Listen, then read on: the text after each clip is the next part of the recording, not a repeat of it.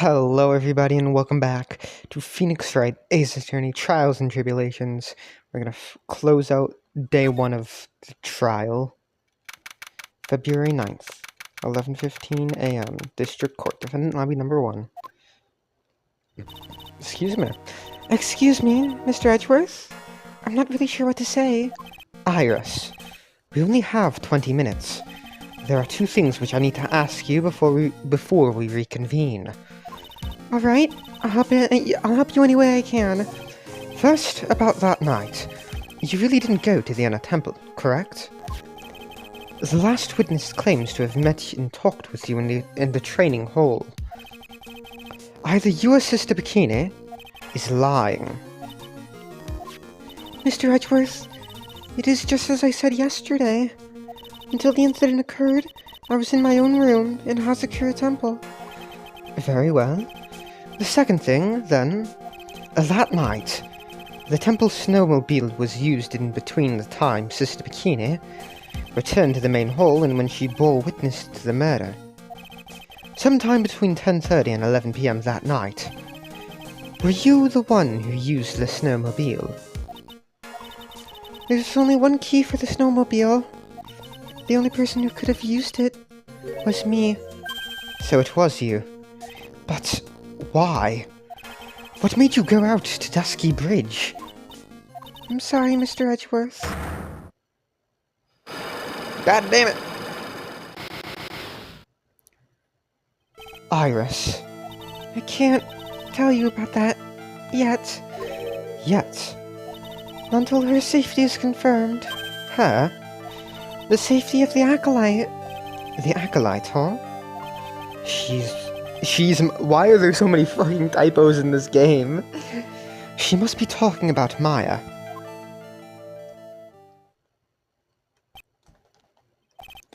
Iris, look me in the eye and tell me the truth. Did you kill Elise Dunim? No matter who or what may come, I could never take a life. As I thought. No psycho-lock. Very well. It is my job to get to the truth. You'll discover this for yourself soon enough. February 9th, 11:36 a.m. District Court, Courtroom number 7.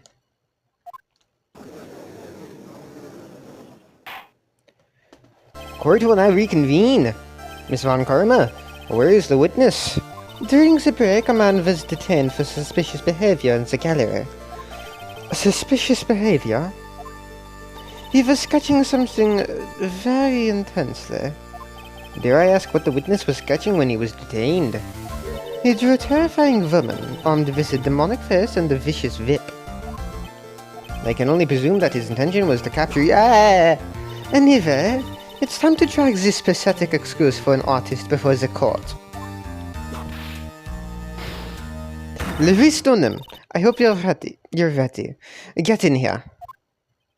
It would seem that whip is going to see plenty more use today.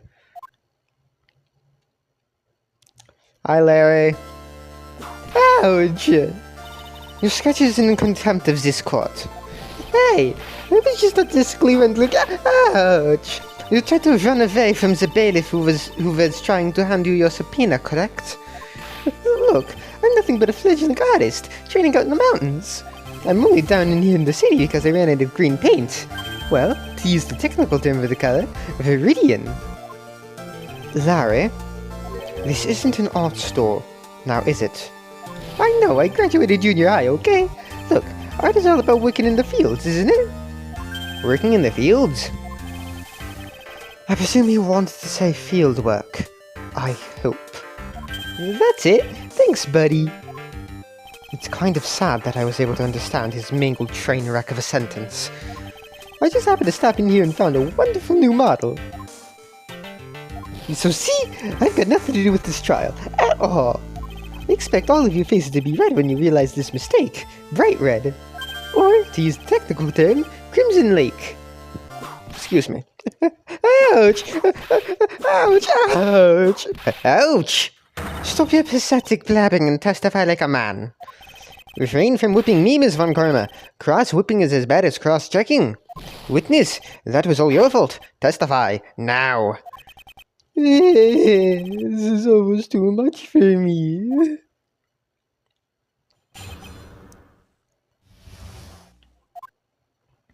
I was at that lodge out in the mountains looking up at the stars that night. I walked to the bridge a number of times, but I didn't see a snowmobile.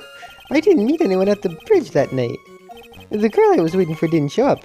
My teacher died on me. I'm all alone now. Aren't I edgy? Witness, please refrain from talking directly to the lawyers during your testimony. I'm just a nobody. Nothing but a small, worthless man, aren't I? Why isn't I asked for my name, occupation, or anything else? Mr. Edgeworth, this man seems to have quite a severe inferiority complex. He's recently been the cause of numerous incidents. I think he's finally realized for himself just how much of a nuisance he has been to other people. Yeah, that's right. I'm behind everything, every case. Watch out, okay? Just touching me will make you internally unhappy. I did DL6. Well then, let us proceed with the cross-examination. With no touching, thank you. We can delve into other details at a later time.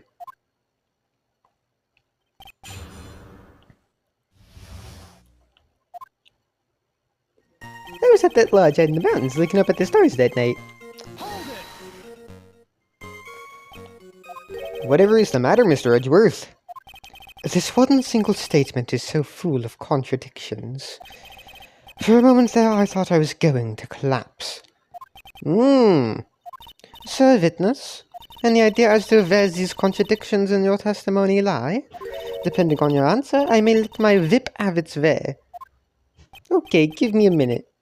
Well, it was snowing that night, so I couldn't possibly have seen the stars. That rundown shack is hardly a lodge, is it? And even if the stars could be seen, it isn't like I was there to look at them, right? See, you can do it if you try. Ouch. There is only one issue here. What you saw at the ski bridge. I walked to the bridge a number of times, but... God damn it. No.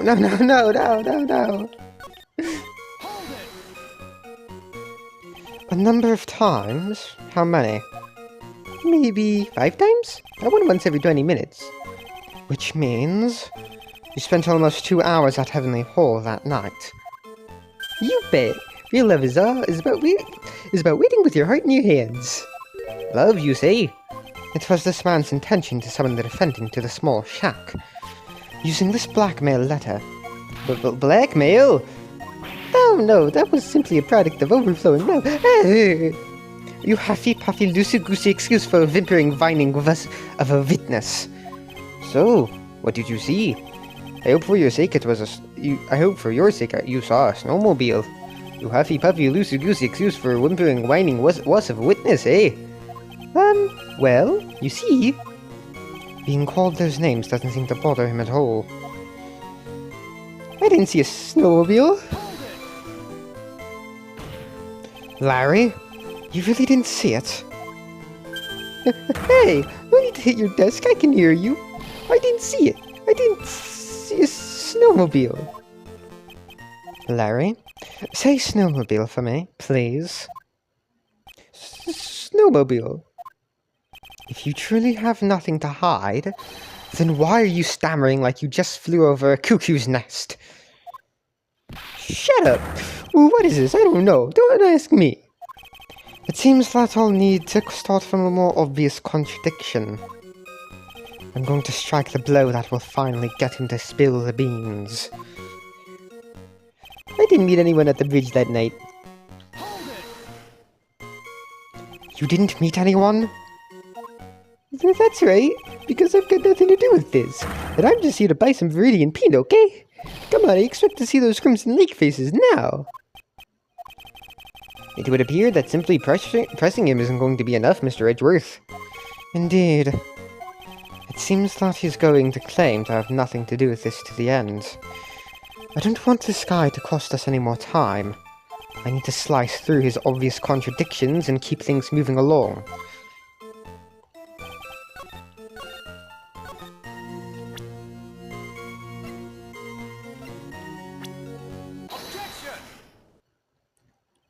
Larry Butts, I can understand why you might want to throw your old life away. You're pretty pathetic, and you cause all sorts of trouble. I'm sorry. But, having realized just how much of a nuisance you have been, that could be considered a step in the right direction. Edgy, are you trying to console me? It certainly doesn't sound that way to me. However, I cannot forgive you for simply turning away from the incidents you create. You're totally pinning this on me. Now then, let us talk about the night of the murder.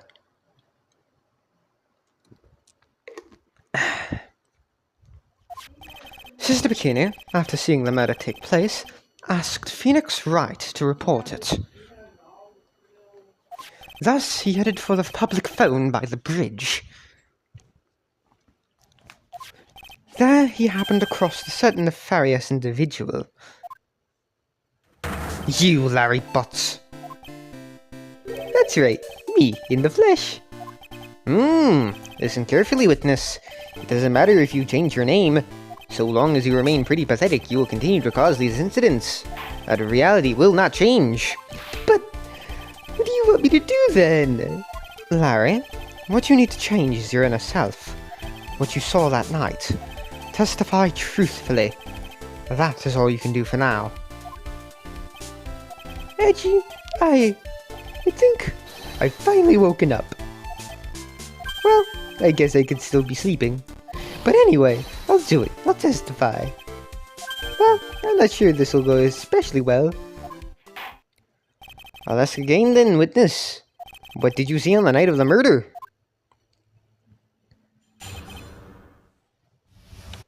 God damn it. I went to the check at around 9, so it would have been around 10:30 p.m. I was lying under my bedding when a white flash almost blinded me. I looked out the window, and Dusky Bridge was on fire. There was still some thunder, so I went right away to check it out. That's when I ran into Nick. You certainly saw quite a lot, didn't you? So, what happened to the bridge after it caught fire?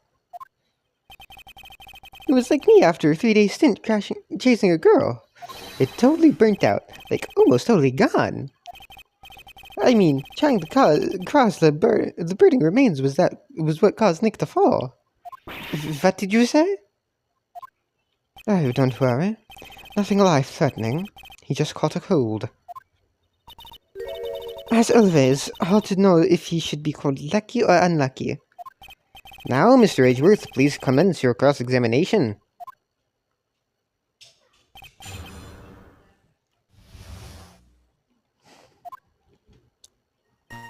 I went to the check at around 9, so it would have been about 10:30 p.m.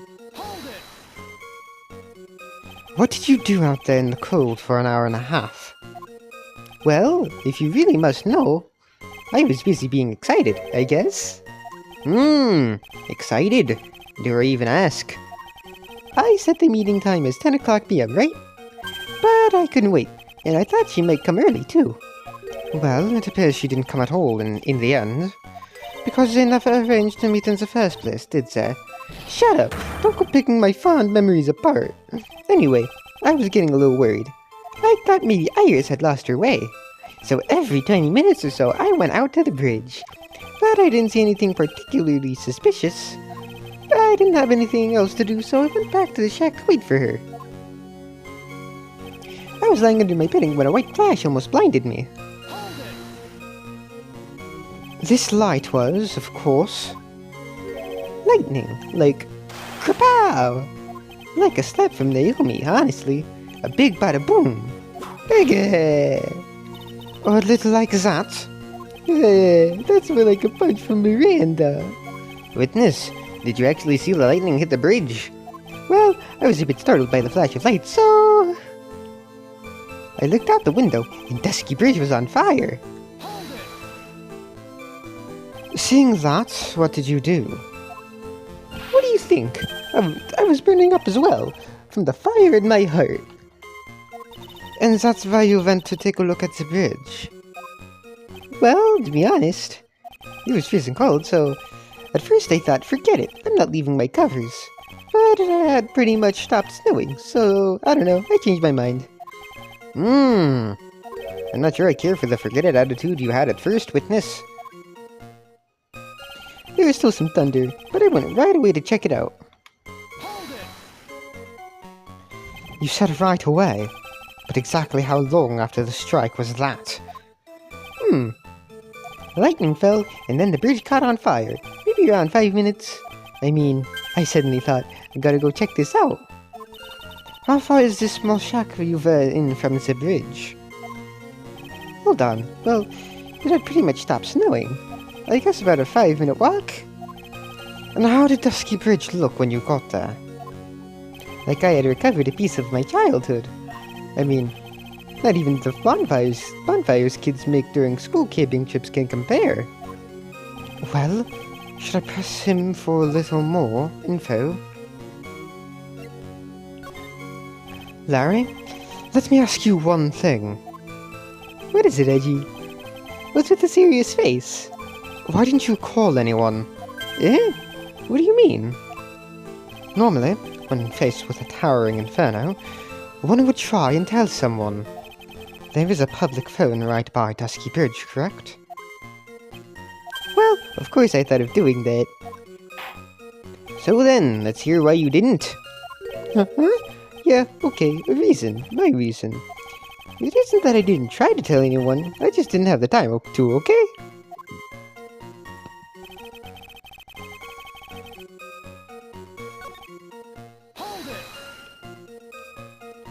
Okay, let me try the other thing.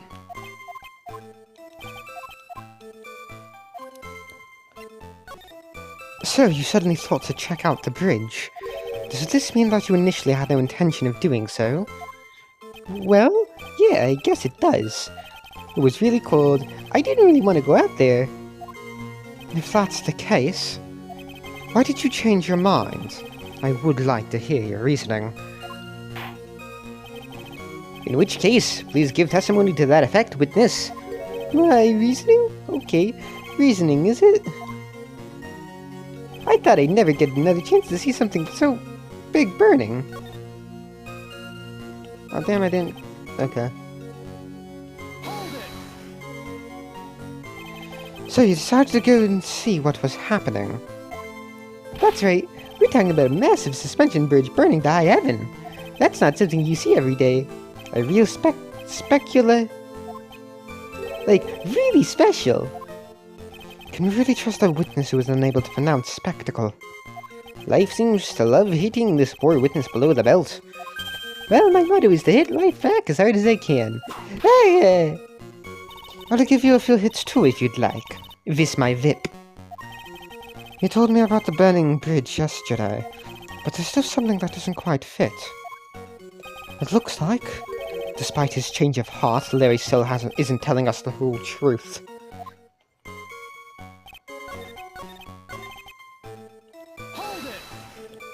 Need the Phoenix line.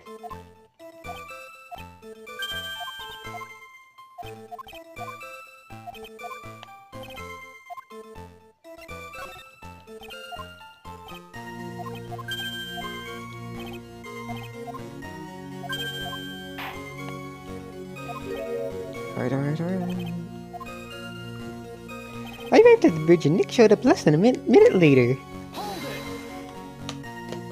You claim to have arrived at the bridge at the same time as Wright. Yeah, I thought I'd better tell someone about this. Then Nick came up yelling about murder. I told him to forget about the bridge. The fire was pretty much out by then anyway. What's this feeling? I suddenly have a terrible case of unease. It was after contacting the police that Phoenix Wright fell from the bridge, correct? Yeah, that's pretty much it. More or less. He told me about the burning bridge. Okay.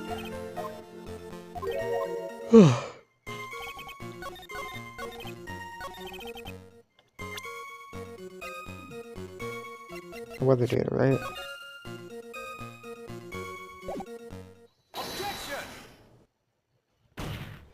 Your very existence being a contradiction, I'm not sure if you can grasp this or not.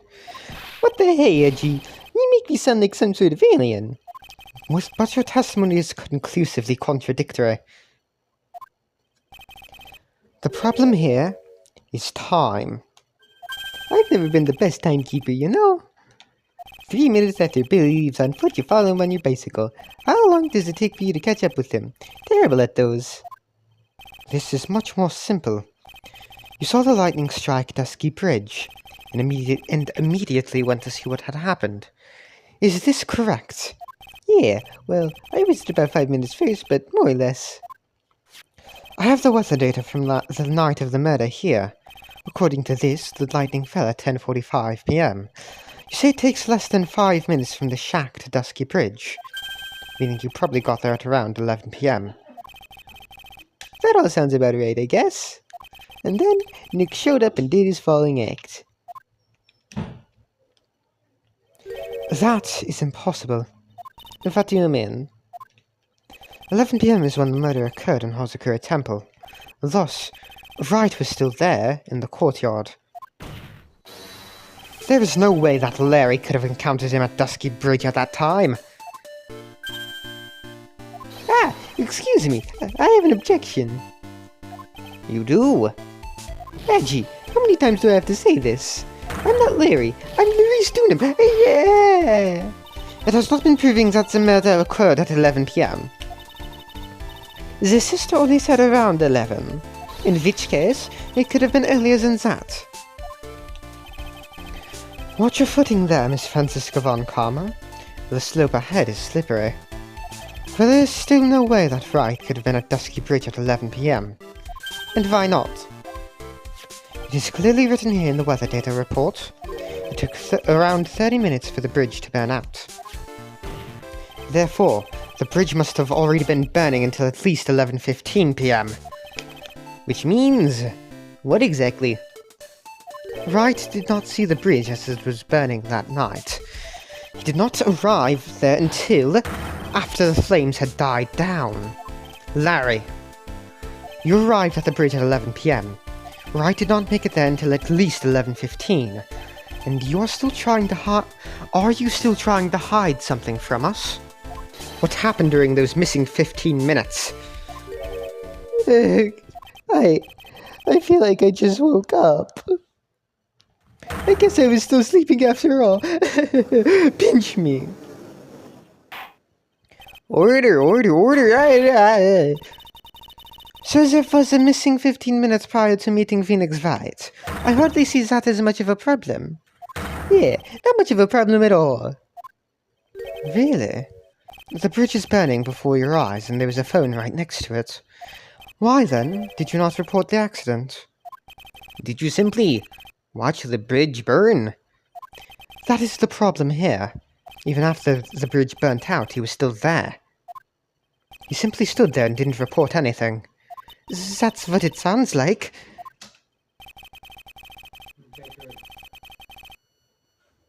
Sorry about that.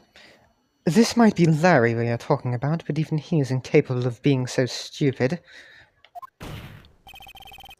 There has to be a reason for his inaction. Edgy. I think it's about time I get serious with you, dude. Just as I thought. You've been playing with us all this time.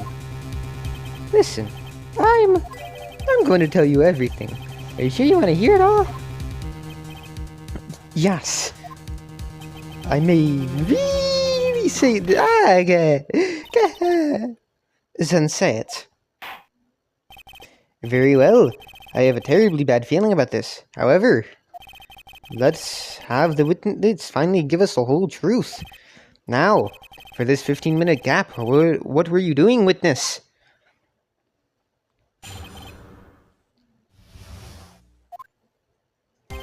I'm a Dunim. I'm an artist. What do you think I was doing? Sketching in front of the bridge. I was whipped up into a frenzy of art. The shock and awe that I was feeling, I transferred it all directly onto the page. Before I realized it, the flames had gone out and then he came running up.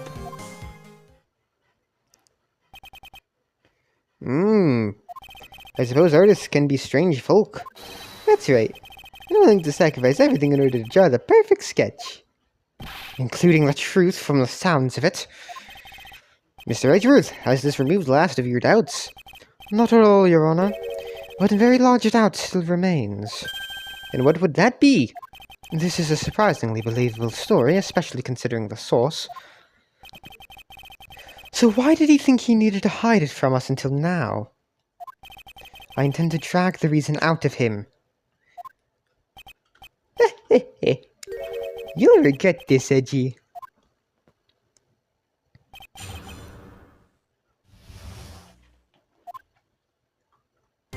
I'm a tuner. I'm an artist. What do you think I was doing?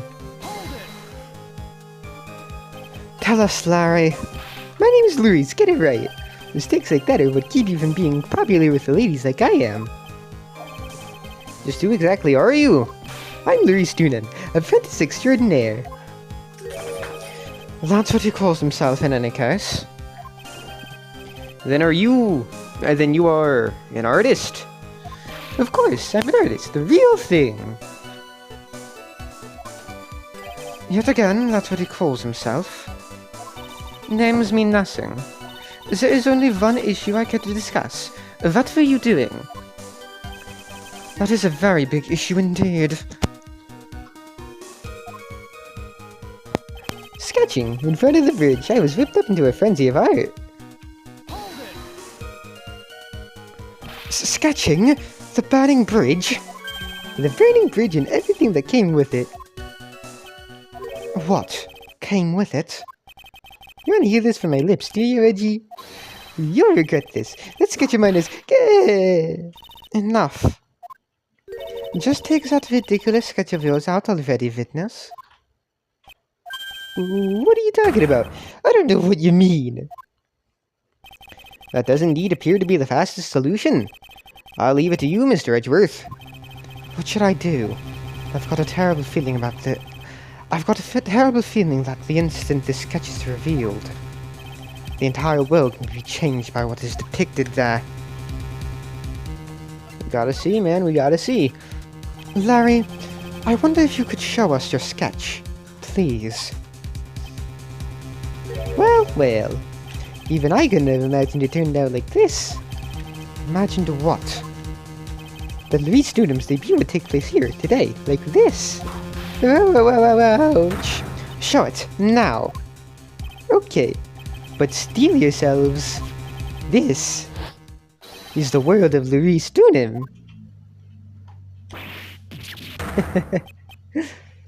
Well. So this is Dusky Bridge, correct? Quite a large bridge, isn't it? Your response, Miss Von Karma? Yes, well... It's a better drawings than I expected. Isn't it? I struggled to reproduce those flames, I really did. Yes, I'm sure you did. This is going to get ugly. No one has the bravery to bring it up, it seems. This mysterious flying object. Larry? What? The burning bridge is fine. But what is that unfortunate-looking figure? You spotted that. I thought you might. However much I might want to ignore it, I can't. It's Iris, of course. Iris. I wish she'd take better care of herself. We have to plan for her future, you know. What would have happened to her if she had injured herself flying like that? Larry, please, answer this next question honestly. Okay. Are you really claiming to have seen this? Are you claiming to have seen the silhouette of the defendant flying over a bridge that was engulfed in flames? Yup, that's what I saw. That's why I drew it. I'm an artist, a real artist. Oh, you! Hi! The girl, she's really high up in the picture. Are you high? Ooh, what was that for? This is all a bad dream. I was hitting you on the cheek to test that theory. Please whip your own cheek from now on if you wish to test your wild theories. Anyway, no court of law will ever acknowledge that people can fly. Actually, there's some precedent for this. She was flying pretty high, my sweet Iris. She was about 30 feet above the bridge, at least. It was really something to see. This has to be some kind of mistake. Mr. Edgeworth, please bring the witness back down to earth. What? Me? This witness is your friend, is he not? Accessory to foolishness, Miles Edgevaz. Let us get back to the cross-examination. By force, if necessary. Did we get the drawing? No. Mr. Edgeworth, I expect you to expose the obvious contradiction here. Yes, Your Honor. Looks like I've got another reason to remember this moron. Well, what did you think of my debut piece?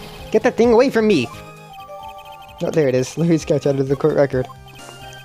Now, hurry up and cross-examine him! Larry's sketch. Type evidence. Submitted as evidence by Larry Butts. Horrible sketch of what he saw the night of the crime.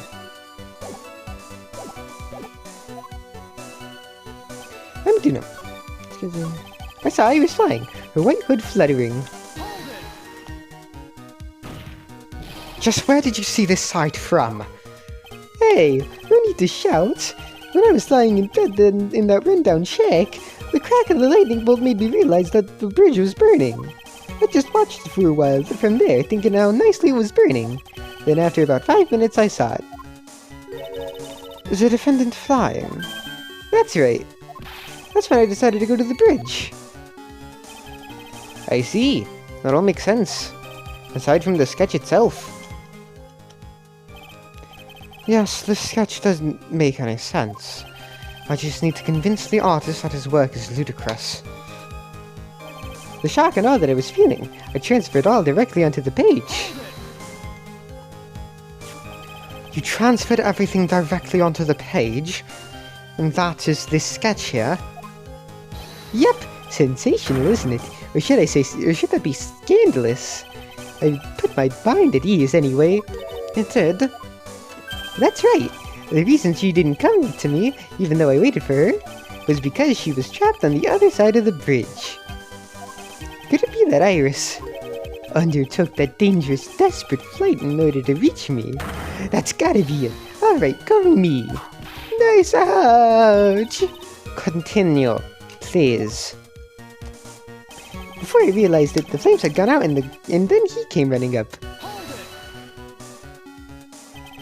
You forgot the passage of the time to that extent, did you? Well, once I get caught up in something, I tend to forget everything else. That's true. He's always been that way. I guess he's not lying about that, at least. Phoenix Wright appeared on the scene after 11:15. If he was drawn into Zen, that dispels all doubts. Aside from doubts of his humanity, eh? There's a big clue waiting for me in this cross-examination. This testimony does nothing less than mock the court. But I am sure that there is a vital kernel of truth hidden in it somewhere.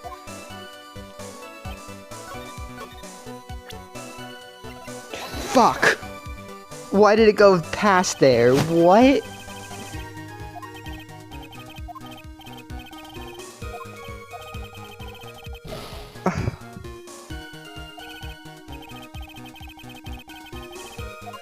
Why did it go?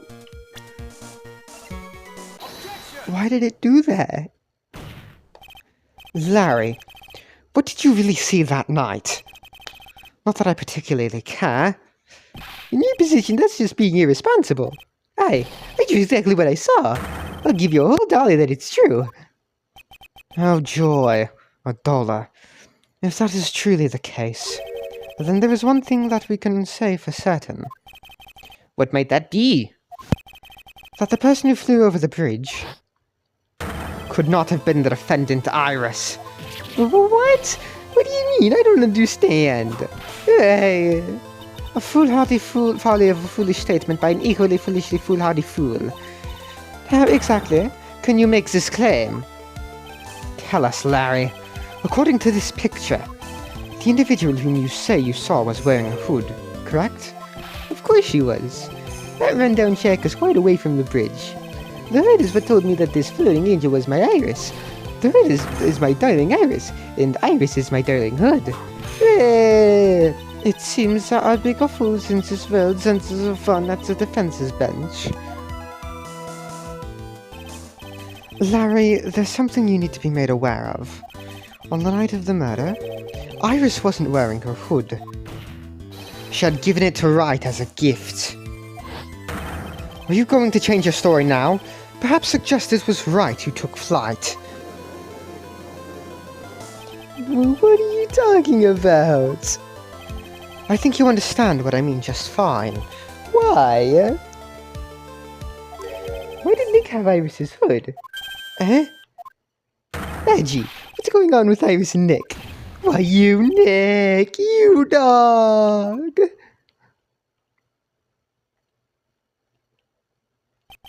I do believe that this unbelievably mysterious sketch is destined to disappear, discredited and discarded, straight into the garbage. What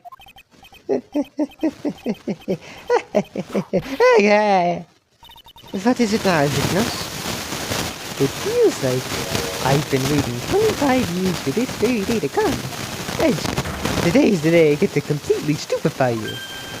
What? What is the meaning of your outburst, witness? I hate to have to do this, but I have some definitive evidence. Definitive evidence? Iris did indeed come flying over to the burning bridge, and I, the restone him, shall prove it.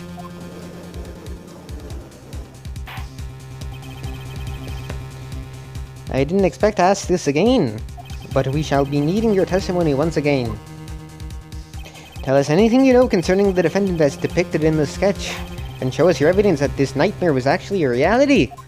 Okay, I hope you're ready, Edgy, because I'm going to feed you a whopping serving of pain. You've been serving us a whopping serving of pain this whole time. Trust me. Proof that Iris flew. When I reached Dusky Bridge, she was already gone. I was so worried, so I frantically searched all over for her. That led to me finding a beautiful crystal sphere, half buried in the snow. I'm sure that Iris is simply wearing a spare hood. After all, no one else could have lost this crystal sphere that night. A crystal sphere? This one. Pretty, isn't it? But finders keepers. That's fair. Where did you find it? Let me see. Around here, somewhere? Looks about right. And it was half buried in the snow. It had pretty much stopped snowing by then. But there was still some falling as I walked to the bridge. The court accepts this crystal sphere. That's mine, okay? I'll put it back afterward. There's something on it. Isn't there? Oh my. It's a bloodstain! What? A bloodstain? Crystal sphere out of the court record. But you ready, Edgy? Crystal spheres. Type evidence. Submitted as evidence by Larry Butts. Found halfway covered in snow near Dusky Bridge the night of the crime. Has blood on it. By tomorrow morning, you'll be calling me Master Larry. Yeah, I like the sound of that. No one's going to push me around anymore. Didn't you want to be called Larry Stunham only a few minutes ago?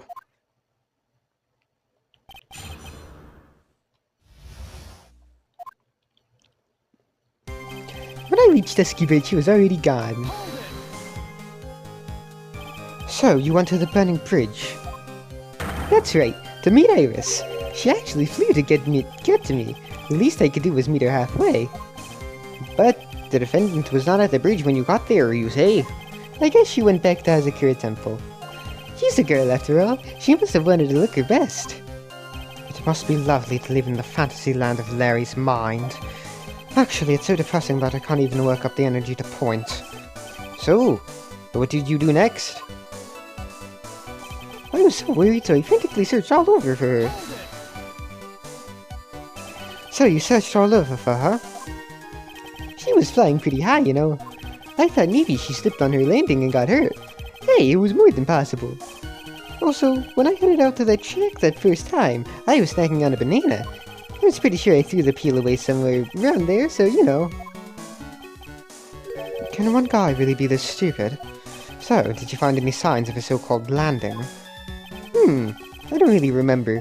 I kept on falling over myself and kinda lost it for a while there. You fell over yourself? Yeah, the snow was deep and there was even a banana peel out there. Yup, there's stupid and then there's Larry Butts. The short of it is that you didn't find any signs of her landing, correct? Then what happened next? That led me to finding a beautiful crystal sphere half buried in the snow. Half buried? It was sitting in the snow. It was sitting in the snow with a little gathered on top of it. It was very hard to spot, actually. I mean, it was dark out too. I'm impressed. You did well to find it. No matter what you may think when you look at me, I'm a pro, a genius security guard. A genius security guard. I used the pen light I borrowed from my company to help in my search. Do you still work at the company? Does it still work there? And it sparkled really brightly as if it was saying, "Here I am" to me. It does indeed look very much like the crystal sphere on Iris's hood. But need I remind you that she was not wearing her hood that night? I'm sure that Iris was simply wearing a spare hood. Each knight is assigned their own hood, and they are only assigned one. I don't know anything about that, okay? And Iris is special, alright, dude? Even if she did steal a spare hood, I'll forgive her. This is getting us nowhere. Our destination for the day, it seems. However, this crystal sphere was found near the bridge. That is a fact. If it didn't come from a hood, where could it have come from? That is the question I am to answer. After all, no one else could have lost the crystal sphere that night. Let me confirm this one last time, Larry. The reasons you thought that this was Iris are the hood and this crystal sphere, correct? That's right. My critic's never wrong. I met that ancient king the next morning, and her crystal sphere was still there, safe and sound. Indeed. She was wearing it in this very room earlier today. This case isn't going to end without a fight, exposing the obvious contradictions in this testimony with me, but I fear that all that awaits us are further mysteries.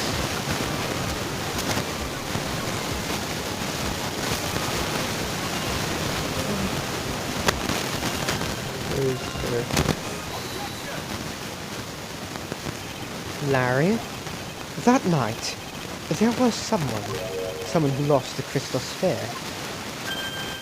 There was? Who is this stupid idiot? Miss Lee Stunham, the mentor to a stupid idiot. The victim? I have a photo of her here. That's only in the start. Hey, that's a photograph. Give it back. Oh, shit. The crystal sphere like that is quite easy to find. No concentrate on like me. No, you don't, Wright. They look nothing alike. In any case, please take a look at this. This is the victim's staff found at the scene of the crime. Ah, the crystal sphere. It's gone. What? Wait, what? What? Jeez, what does this mean? If anyone jumped or flew across the bridge that night, it certainly was not Iris, after all. She was not wearing a hood. More importantly, the crystal sphere found at the landing site was not hers either.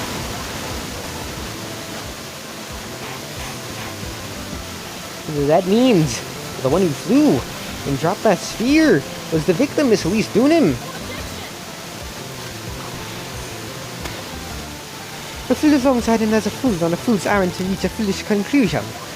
First of all, this sketch, which I prefer to call a scribble, is ridiculous. People cannot fly. Disaster is rejected. You can't do that. I saw it with the... yes. And this crystal sphere? This is nothing more than a red herring. You honestly believe that? Give it some thought and I'm sure you'll realize it is well miles adverse. At least one of them was in a room on the night of the murder, as there was no reason for her to go to Dusky Bridge. Therefore, this sphere cannot be related to this case. That is all. Miss Franziska von Karma. The only people who accept that explanation are scatterbrains and clowns. Why are you pointing at me?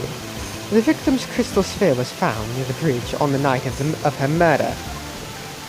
Yet you expect us to believe this has nothing to do with the case. That crystal sphere, it was probably thrown away at the bridge after the murder. After the murder? There is blood on the crystal sphere, isn't there? This naturally suggests that it was thrown away after the murder took place. The killer placed it there to throw the investigation off the scent. The same reason that he drew that ridiculous sketch. What? You mean I'm the killer? No way! Enough joking.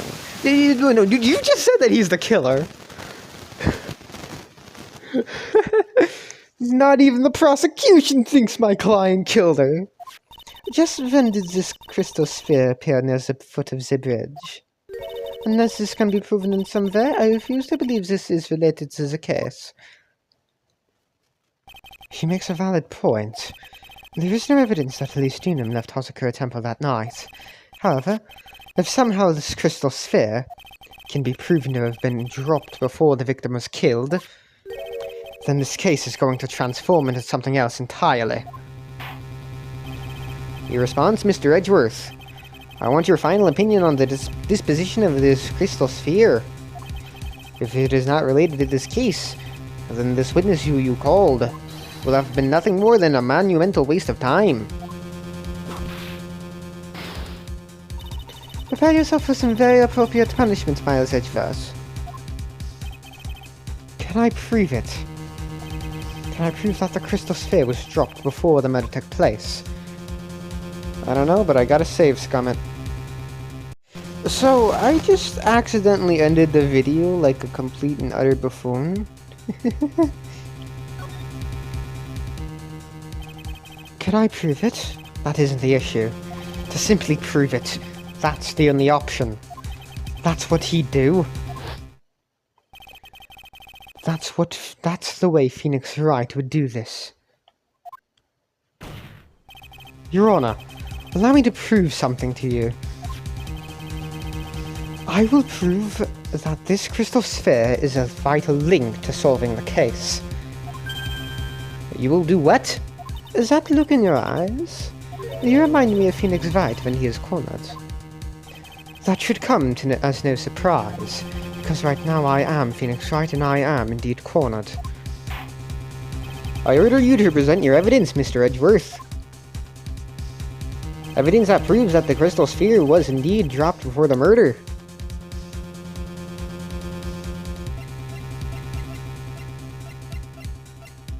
I don't know.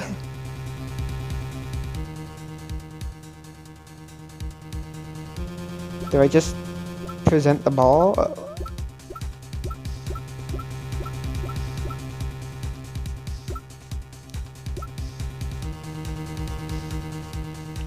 Wait, the weather data. Of course! Your response, Miss Von Karma. Birds of a feather flock together. Are you familiar with this phrase, Miles Edgeworth? I think one such bird is calling for its fellow now. Go, Edgy, do it! Prove it! Win, win, win! He's cheering. It's as though I'm listening to the ominous calls of ravens.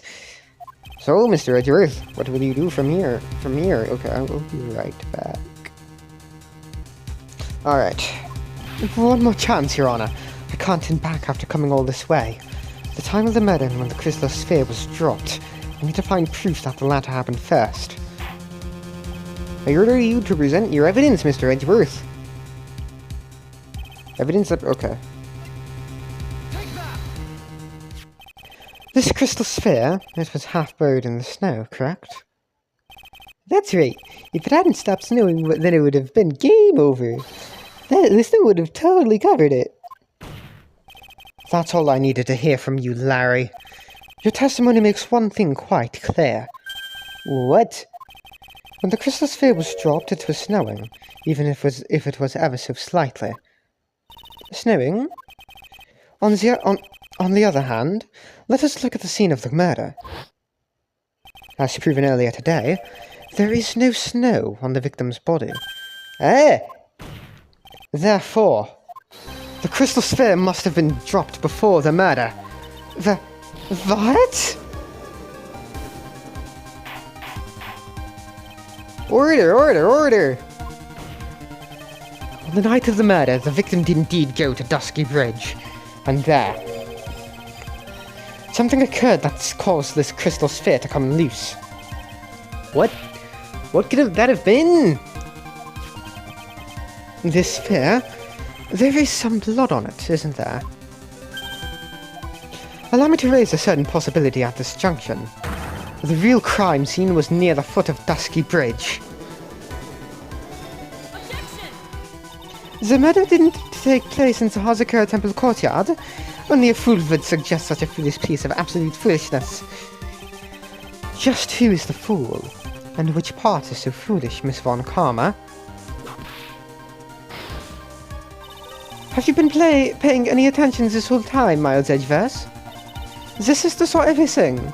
She saw the victim being killed by the defendant in the Hazakura Temple courtyard. That's not exactly true, now is it? To put it more precisely, what she saw was the murder weapon being removed from the victim's body. That's the same thing! No, it isn't. You said it yourself. Very little blood is actually lost at the moment of a blade's insertion.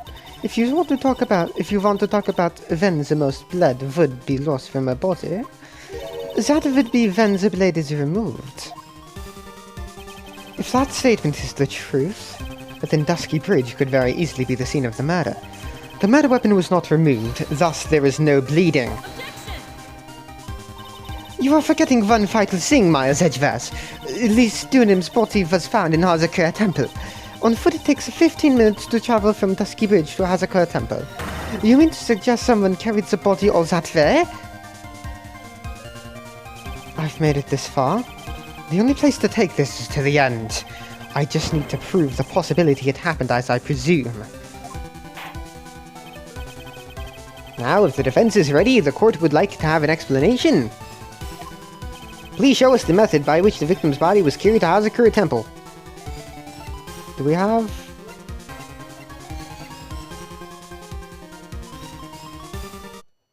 Save's coming! Save's coming!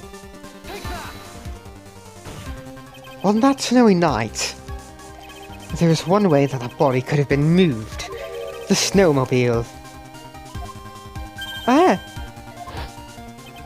As we know, the snowmobile was used that night. It was explained as having been used to dispose of the murder weapon. But it could also have been used to carry a body.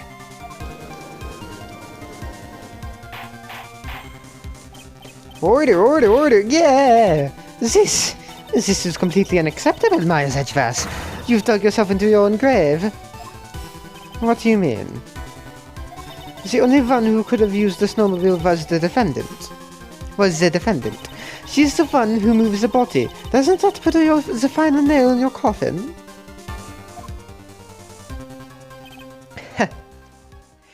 You're not too late. You're too late, Franziska von Karma. And in fact, the defense has proven something else entirely. We have shown that this case requires further investigation. What? Where was the victim, Elise Dunim, really killed? If her body was moved, whatever for? And finally... Just what does this image mean? Do you even need to think about that? Such a creature could never see the truth, let alone describe it. This witness certainly sits on one of the lowest possible branches of humanity. However, He would never utter a lie that could hurt a girl with whom he is enamored. You drew this, so it is something that actually happened. The defense stands firm on this point. Edgy, thank you. That settles it then. I cannot give a verdict under these circumstances. Grr, grr. Right. I seem to have fulfilled my part in this. It is just as I thought. Franziska von Karma, you make a wonderful partner. Excuse me. There was one reason, and one alone, for me being here. To expose the darkness lurking in this case, and then pass it on to Wright. Really? That's what this was all about? You could have just told me that from the very beginning. Then I wouldn't have had fancy whipping me all ouch. Miles Edgevaz, I don't care about what you were here to do. This was my chance to finally grind you under my heel. A shame that your chance seems to have slipped by you. What a shame. Reggie! This is all your fault. Such a terrible witness. You are an affront to all the legal system. I demand satisfaction.